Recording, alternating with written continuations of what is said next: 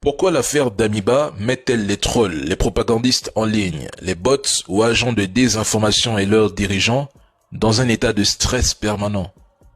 Pourquoi une affaire qui concerne le Burkina énerve le voisinage? Pourquoi ça fait mal à quelqu'un?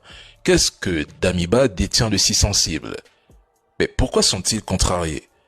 Vous étiez pourtant les mêmes à répéter ici que Damiba ne serait jamais extradé, que le président Faure ne le pouvait pas, que personne ne pouvait toucher à Damiba. Aujourd'hui que c'est fait, vous êtes énervé, choqué, presque blessé. Pourquoi le Togo devrait-il servir de base arrière pour déstabiliser le Burkina Faso? Si certains pays de la CEDEAO s'y prêtent, le Togo, lui, refuse d'y participer. Et ça vous pique tellement que vous criez à l'erreur, l'horreur. Vous insultez le président Faure. Vous affirmez que Damiba aurait dû être accueilli ailleurs. Tantôt, vous vous proclamez farouchement opposé aux militaires au pouvoir. Tantôt, vous débordez de compassion pour un homme qui a plongé son pays dans l'instabilité, le chaos sécuritaire et la désillusion nationale. Maintenant, inversons les rôles.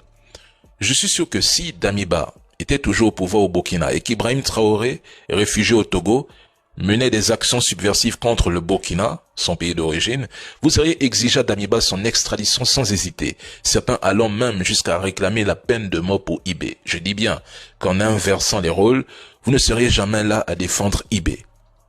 Mais vous faites semblant de défendre Damiba, soi-disant, il y a peine de mort. Votre position n'est ni une question de principe, de justice, encore moins de compassion. Elle relève du calcul, de la honte et de la peur. Damiba va parler. Et toute cette gesticulation n'y changera rien. Damiba parlera.